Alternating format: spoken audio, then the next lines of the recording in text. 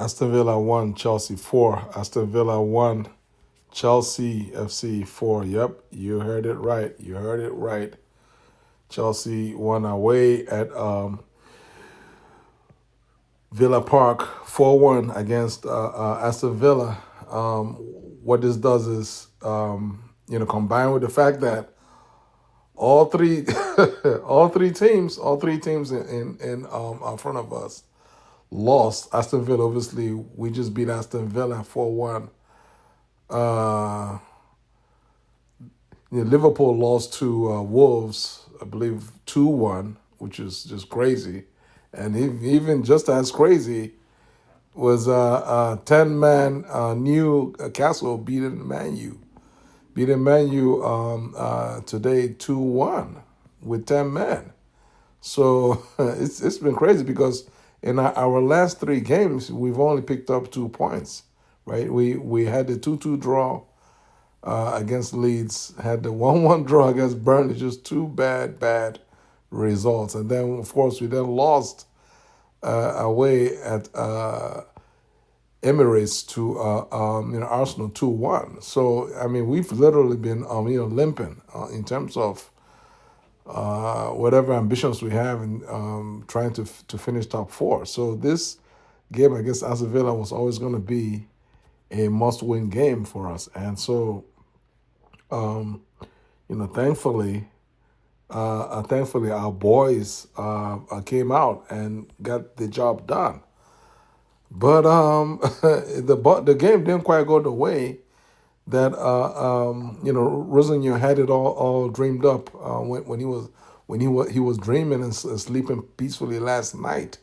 This is not the way the game did not start the way that he had hoped it was going to start, because I mean literally for me as a Chelsea fan,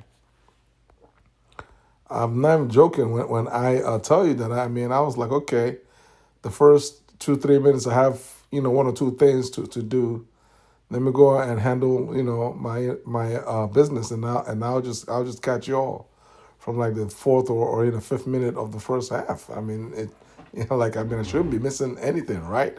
Wrong, because in the first two minutes, what happened was Leon Bailey took advantage of Joao Pedro at left back, and before you knew it, Douglas Luiz just found a way to with a deft touch to kind of sneak the ball past Jurgensen.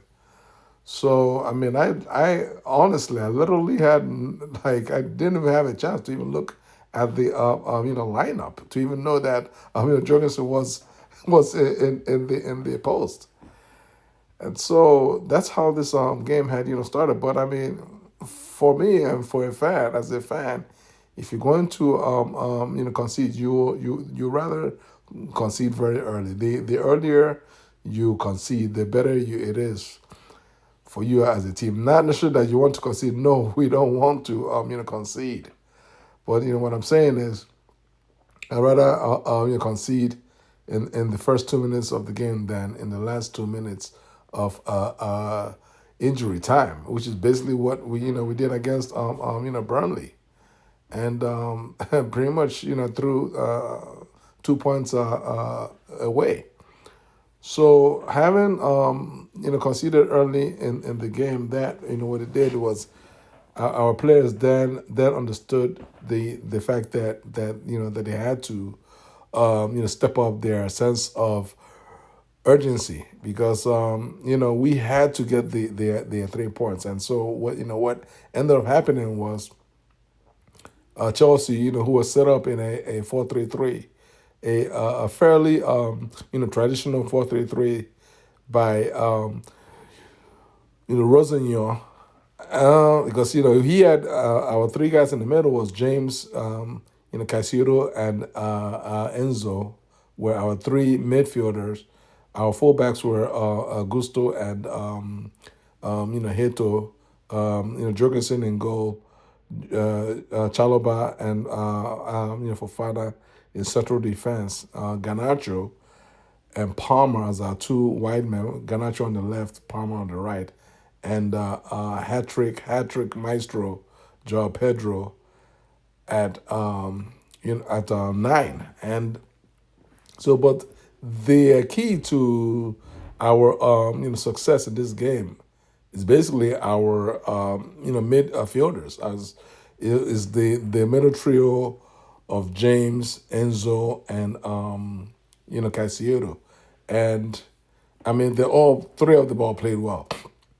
Three of them all played well. I mean, I'm not, no knock against Santos, but the reality is that he was his in experience and his lack of physicality was exposed in our last game against Arsenal, and I'm not saying that he should be on the bench. No, that's not what I'm saying. What I'm saying is, you know, against these top teams, these tough teams, right? What we do need is that strong man, that extra strong man in midfield. Whether if it's not James, and now and thankfully that Lavia is back, then it should be James or Lavia to start in midfield. Now, obviously, we're not going to see Lavia started in midfield anytime soon, and because we know why. So, but Santos will still do the job in terms of starting the other games that are not where we do not expect to have too much of a very difficult physical battle in midfield. So as I was saying, our three midfielders for me, after the fact that Pedro had the hat trick. Pedro obviously is the man of the match with the hat trick, but had he not scored the hat trick, the job in this game was done by the midfield trio of Enzo, James, and Caicedo, because they controlled everything in terms of just on the ball, off the ball movements, just the passing, just the variety of passing on the ground, over in the air, the diagonal passes as well. I mean, to basically change the play from one wing to the next wing. It just kept Aston Villa's players just off balance and entire game. And when you have three central midfielders, all three of them have that skill and quality to stretch the field with their passing. Again, not to knock Santos, but I mean his passing game is not quite there yet. It's not quite there. It's not a knock on the young man, but it's not quite there. And so when you have three guys, right, then it can make it quite tough for a team that wants to press us, that wants to play a high line against us and maybe try and create some mistakes, right? And it almost worked, but thankfully, thanks for VAR, we're able to hang in there, and so kudos to the likes of Enzo. For me, this was one of Enzo's best games as a Chelsea player. Enzo, Fernandez. This is one of his best games in midfield.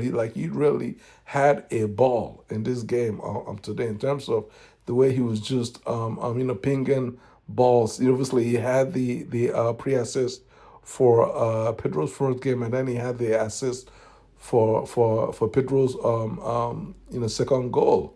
So I mean, then he had James just doing his thing, Caicedo doing his thing as well. Breaking up play in the middle. Garnacho did very well as well. For me, this is Garnacho's best game. Not just on the ball, but off the ball as well. I saw Garnacho working hard, chasing balls, trying to win. I mean, you already know that. I mean, trying to win the ball is not Garnacho's strength. But I saw the young man just doing the best, just doing whatever he could do to try and help his team, and that's all you can ask for a player that otherwise has struggled to find his feet in his in the new club. And so for me, he actually did very well in this game. You know, the only player who surprisingly I would say didn't play even up to half of his level is Palmer. Like, I mean, obviously Palmer, like, we already know, like, Palmer, we know what Palmer's level is. And even though he scored today, and depending on if his name wasn't called Palmer, you probably say that he did well. But this is Cole Palmer. We know what Cole Palmer can do, and for me, he's not playing even at half of his actually best level. He's not playing at half of his top form, and you actually saw in jest when he was subbed off late in the game. Obviously, the game was over at 4-1, and he was subbed off.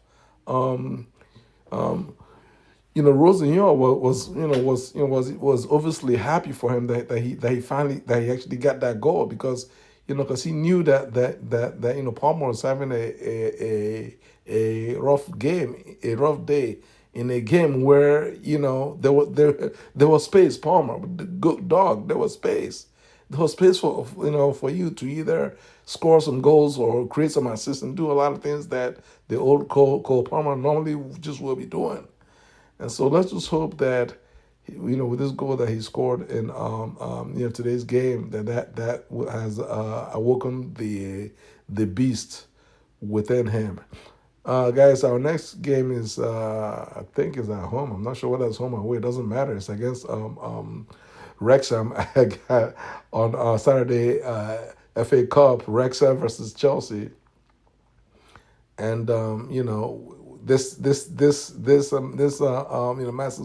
massive 4-1 win is a win that we have to build upon, because after Wrexham, time waits for nobody. Our next game after that, it will be the first leg of the second round of the Champions League against PSG. And let's just deal with Wrexham, and then we'll worry about PSG.